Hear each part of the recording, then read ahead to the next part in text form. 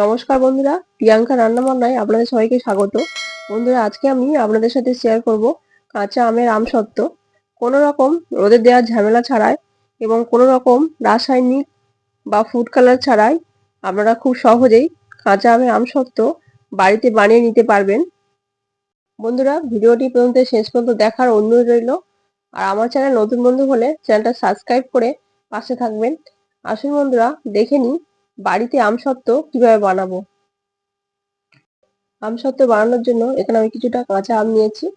এরকম সাইজে কাঁচা আম কিছুটা নিয়ে নিয়েছি। এই আমগুলোর খোসাগুলো ছাড়িয়ে কেটে নেব। এখন আমগুলো খোসাগুলো ছাড়িয়ে পরিষ্কার করে ধুয়ে কেটে নিয়েছি। এখন গ্যাসের মধ্যে একটা কড়াই বসিয়ে দিয়েছি। কড়াইয়ের মধ্যে আমগুলো দিয়ে দিয়েছি। দিয়ে পরিমাণ মতো জল দেবো। বেশি জল দিলে হবে না, জলটা মেপে দিতে হবে। আমের থেকে একটু বেশি জল দেব। এখন ঢাকা দিয়ে দেব। ঢাকা দিয়ে আমগুলো সিদ্ধ করে নেব। ঢাকাটা খুলে দেখুন বন্ধুরা, আমটা অনেকটাই সিদ্ধ হয়ে গেছে। এবার খুন্তি দিয়ে একটু নেড়ে চেড়ে নেব। একটা ম্যাশার নিয়েছি, ম্যাশার দিয়ে আমগুলো এভাবে ম্যাশ করে নেব। আমগুলো খুব ভালো করে ম্যাশ করে নিয়েছি। দেখুন বন্ধুরা, আমের পাল্পটা খুব ভালো করে ম্যাশ করে নিয়েছি। এখন একটা ছাঁকনি নিয়েছি, ছাঁকনির উপর আমের পাল্পটা ঢেলে নিয়েছি। নিয়ে এভাবে খুন্তি দিয়ে চেপে চেপে আমের পাল্পটা ছেঁকে নেব। আমের পাল্পটার মধ্যে এক্সট্রা যে অংশটা আছে সেই অংশগুলো খুব ভালো করে এভাবে ছাঁকনি দিয়ে ছেঁকে নেব। দেখুন বন্ধুরা, খুব ভালো করে ছেঁকে নিয়েছি পাল্পটা। এতগুলো অংশ বেরিয়ে গেছে। দেখুন পাল্পটা কত সুন্দর পিওর হয়েছে। খুব ভালো করে ছেঁকে নিয়েছি। গ্যাসের মধ্যে একটা ফ্রাই প্যান বসিয়ে দিয়েছি। তার মধ্যে দিয়ে দেবো 1 বাটি চিনি। সামান্য একটু জল দিয়ে দেব। জলটা দিয়ে এভাবে নাড়তে থাকবো। নাড়তে নাড়তে চিনির কালারটা অনেকটা চেঞ্জ হয়ে যাবে। দেখুন বন্ধুরা, চিনির কালারটা কতটা চেঞ্জ হয়ে গেছে। এইভাবে আরো কিছুক্ষণ নাড়তে থাকবো। চিনির কালারটা কত সুন্দর চেঞ্জ হয়ে গেছে দেখুন। এভাবে চিনি ক্যারামেল তৈরি করে নিয়েছি। ক্যারামেলটা তৈরি করে নিয়েছি। ক্যারামেলটা একটা ননস্টিকের কড়াইয়ের মধ্যে ঢেলে নিয়েছি। তার মধ্যে দিয়ে দেবো আমের পাল্প। ছেঁকে রাখা আমের পাল্প দিয়ে দিলাম।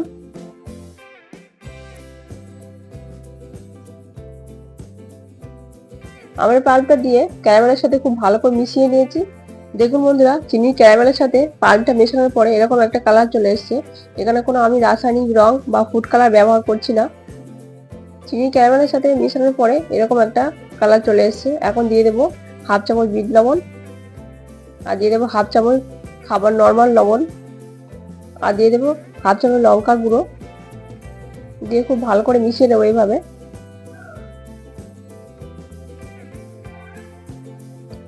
কিছুক্ষণ রান্না করে নেব। আমের পাল্পটা এভাবে কিছুক্ষণ ফুটিয়ে ভালো করে গাঢ় করে নেব। দেখুন বন্ধুরা, অনেকটাই গাঢ় হয়ে গেছে। এখন আমি গ্যাসের ফ্লেমটা বন্ধ করে দেব। গ্যাসের ফ্লেমটা বন্ধ করে নিয়েছি। এখানে একটা স্টিলের থালা নিয়েছি। সেই স্টিলের থালার মধ্যে তেল দিয়ে ব্রাশ করে নেব। এভাবে ভালো করে তেল দিয়ে ব্রাশ করে নেব। থালার চারিদিকটা তেল দিয়ে খুব ভালো করে ব্রাশ করে নিয়েছি। এখন এর মধ্যে দিয়ে দেবো আমের পাল্প। সবগুলো একবারে দিলাম না, অল্প কিছুটা দিয়ে এভাবে ঘুরিয়ে চারিদিকে ছড়িয়ে দেব। থালার চারিদিকে এভাবে ছড়িয়ে দেব। এইভাবে থালাটা ঘুরিয়ে ঘুরিয়ে চারিদিকে আমসত্ত্বটা ছড়িয়ে নেব। আমের পাল্পটা চারিদিকে ছড়িয়ে নিয়েছি। বন্ধুরা, আপনারা চেষ্টা করবেন পাতলা করে দেওয়ার। পাতলা করে দিলে আমসত্ত্বটা তাড়াতাড়ি শুকিয়ে যাওয়ার সম্ভাবনা থাকে। এভাবে চারিদিকে ঘুরিয়ে ছড়িয়ে নিয়েছি। আর একটা স্টিলের পাত্র নিয়েছি, থালা নিয়েছি। তার মধ্যে তেল দিয়ে ব্রাশ করে নিয়েছি।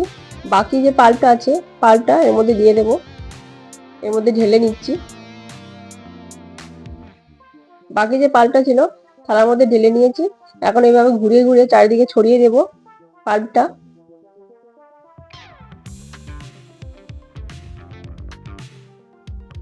থালাটা খুব ভালো করে সেট করে নিয়েছি। এখন এই দুটো থালা আমি পাখার হাওয়ায় রেখে দেব। বন্ধুরা, আপনারা রোদে দিতে পারেন অথবা পাখার হাওয়ায় রেখে শুকিয়ে নিতে পারেন। দেখুন কিছুক্ষণ পরে ফিরে এলাম। দেখুন বন্ধুরা, আমসত্ত্বটা কত সুন্দর শুকিয়ে গেছে। থালা থেকে আর পড়ে যাচ্ছে না, কত সুন্দর সেট হয়ে গেছে, খুব ভালোভাবে জমে গেছে, থালা থেকে আর পড়ছে না।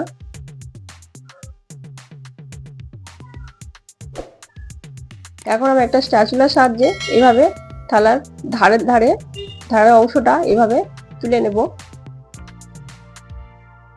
স্প্যাচুলা দিয়ে এভাবে ধার থেকে এভাবে আস্তে আস্তে করে আমসত্ত্বটা তুলে নেব। এ থালার ক্ষেত্রেও এভাবে ধার থেকে স্প্যাচুলা দিয়ে এভাবে আমসত্ত্বটা তুলে নেব।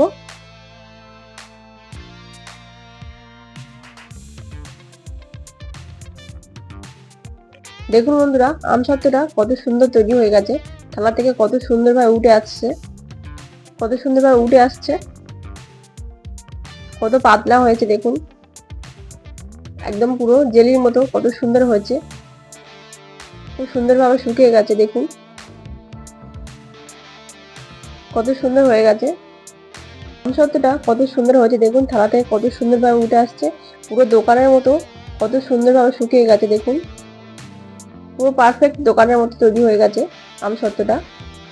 এখন আপনারা বিভিন্ন রকম সাইজে বিভিন্ন রকম শেপ দিয়ে কেটে নিতে পারেন। এখন আমি আমসত্ত্বটা কেটে নেব। কাটার জন্য একটা কাটিং বোর্ড নিয়েছি, ছুরি দিয়ে কেটে নেব। ছুরি দিয়ে এইভাবে কেটে নিচ্ছি, এভাবে ঘুরিয়ে ঘুরিয়ে রোল করে আমি তুলে নিচ্ছি। আপনারা বিভিন্ন রকম সাইজ দিয়ে কেটে নিতে পারেন, শেপ দিয়ে কেটে নিতে পারেন। দেখুন বন্ধুরা কত সুন্দর হয়েছে আমসত্ত্বটা, বাড়িতেও কত সুন্দরভাবে আমসত্ত্ব বানানো যায়। দেখুন আপনারা এইভাবে অবশ্যই একবার ট্রাই করে দেখবেন।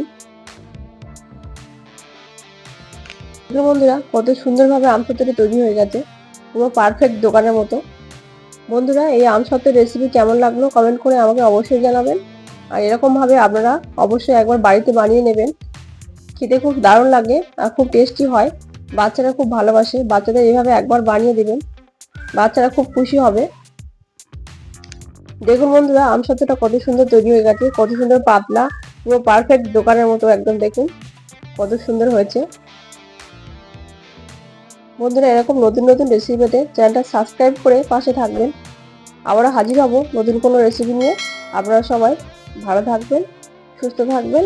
ধন্যবাদ।